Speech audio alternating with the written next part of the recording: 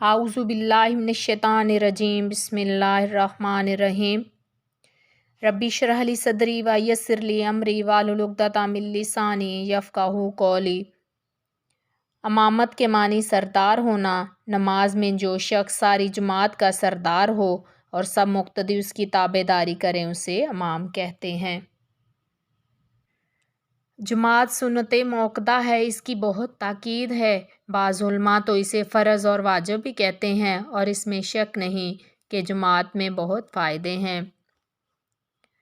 عورتیں، نابالغ بچے، بیمار کی خدمت کرنے والے، لولے لنگڑے، اپاہج، کٹے ہوئے پاؤں والے، بہت بوڑھے، اندھے، ان سب کے ذمے جماعت میں حاضر ہونا لازم نہیں۔ سخت بارش، راستہ میں زیادہ کیچڑ، سخت جاڑا، رات میں آندھی، سفر،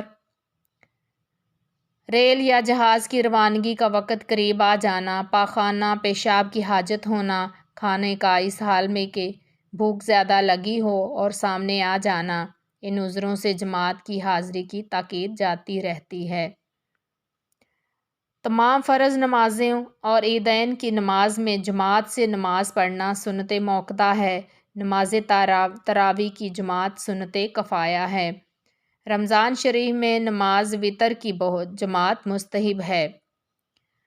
کم سے کم 2 آدمی جماعت کے لیے کافی ہیں، ایک مقتدی ہو اور ایک امام، مگر اس حالت میں مقتدی امام کے داہنی طرف کھڑا ہو، اور جب 2 مقتدی ہوں تو امام کو آگے بڑھ کر کھڑا ہونا چاہیے۔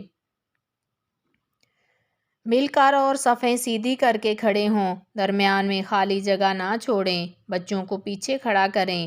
بڑے آدمیوں کی صفوں میں بچوں کو کھڑا ہونا مکروہ ہے۔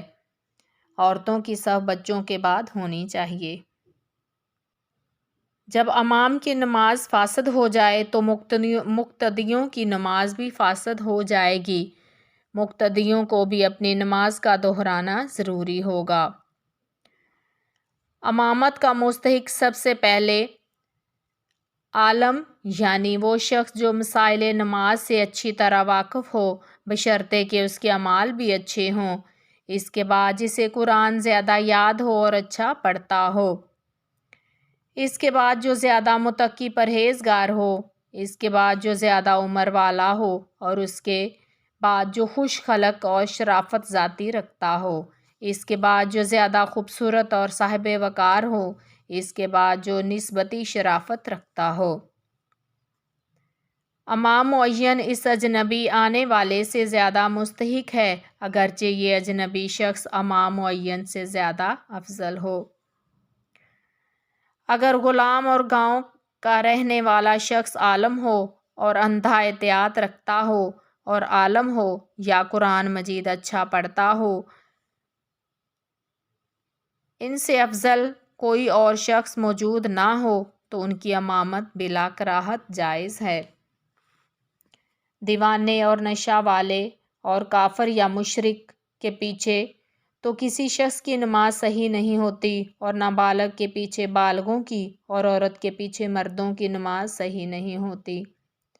اور جس نے باقاعدہ وضو یا غسل کیا ہے اس کی نماز معذوروں کے پیچھے نہیں ہوتی، اور جو پورا ستر ڈھانکے ہوئے ہوں اس کی نماز ایسے شخص کے پیچھے جس کا ستر کھلا ہو صحیح نہیں ہوتی۔